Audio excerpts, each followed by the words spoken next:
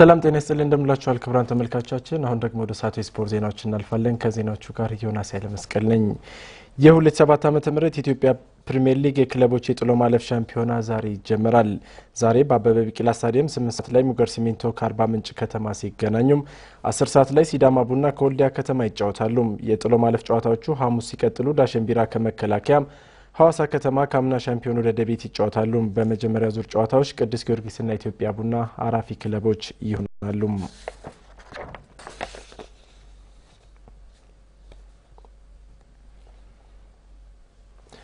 ስምንተኛው የመንግስት ዩኒቨርሲቲዎች ስፖርት ፌስቲቫል ዛሬ በአዳማ ሳይንስና ቴክኖሎጂ ዩኒቨርሲቲ በድምቀት ይጀምራል 6000 የሚጠጉ 36 የሀገሪቱን ህዝባዊ ዩኒቨርሲቲዎች የሚወክሉ ልኡካን በአዳማ ከተማ ተሰባስበዋል አዳማ ሳይንስና ቴክኖሎጂ የመወዳደሪያ ሜዳዎችን የእንግዶችን ማረፊያና የጸጥታ ጉዳዮችን በተመለከተ ያደረገውን ቅድመ ዝግጅት ሙሉ ለሙሉ ያጠናቀቀ ሲሆን አዲስ የተገነባው የዩኒቨርሲቲው 20000 ተመልካችን የሚያዝ አቅም ያለው ስታዲየም የመክፈቻ ስነ ስርዓት ከደቂቃዎች በኋላ ያስተናግዳል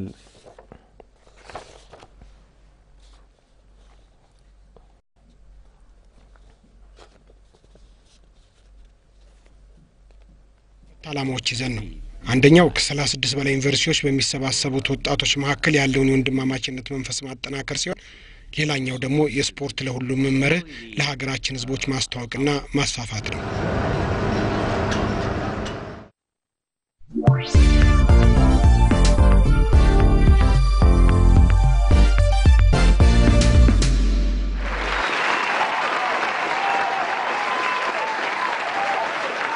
ታዋቂ የተባሉት ተጫዋች ማለት ይችላልና ስህተት ከሰራው ከፊታቸው ሄይ ኢትዮጵያ ነው የሚሉኝና ጨዋታ ውስጥ ሆኜ እንባይን ነው የሚያመጡት ሄይ ኢትዮጵያ ሲሉኝ እኔ በጣም ይወረኛል በጣም ደስተኛ ነኝ አንድ ሴት ሯጭ በአለም ላይ ኢትዮጵያን ወክላ አንድ ጥቁር ለኛም አይደለም ለአፍሪካ እንደሚባለው እኮ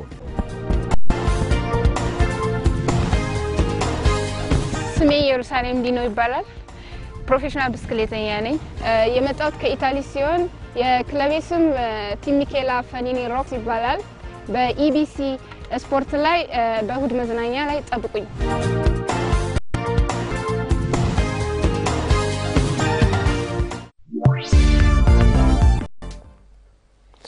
ወደ ውጭ ዜናዎች እናልፋለን ኬንያዊቷ የረጅም ርቀት አትሌት ሪታ ጄፕቶ አበረታች መድኃኒት ተጠቅማ መገኘቷን ተከትሎ ለ2 ዓመታት ከስፖርቱ ታገደች የኬንያ አትሌቲክስ ኮሚሽን እንዳስታወቀው ቅጣቱን ተከትሎ አትሌቷ የቤጂንግ የዓለም አትሌቲክስ ሻምፒዮናና የሪዮ ዲ ጄኔሮ ኦሎምፒክ ያመልጧታል የ33 ዓመቷ ሪታ ጄፕቶ 3 ጊዜ የቦስተን ማራቶንን 2 ጊዜ ደግሞ የቺካጎ ማራቶንን አሸናፊ ነበረች ሪታ ጄፕቶ በ2014 ባለድል የነበረችባቸውን ውጤቶች ልትነጠቅ እንደምትችልና አሸናፊ በነበረችበት ወቅት ተሸልማ የነበረውን ገንዘብ መልሳ ልትከፍል እንደምትችል ዘገባዎች ጠቁመዋል አትሌቷ ገዳውን ተከትሎ የግባኝ መጠየቅ መብቷ ተጠብቋል ባለፉት 5 ዓመታት ብቻ የኬንያ አትሌቲክስ ኮሚሽን 32 አትሌቶች ከአበረታች መድኃኒት ጋር በተገናኘ እገዳ ጥሎባቸዋል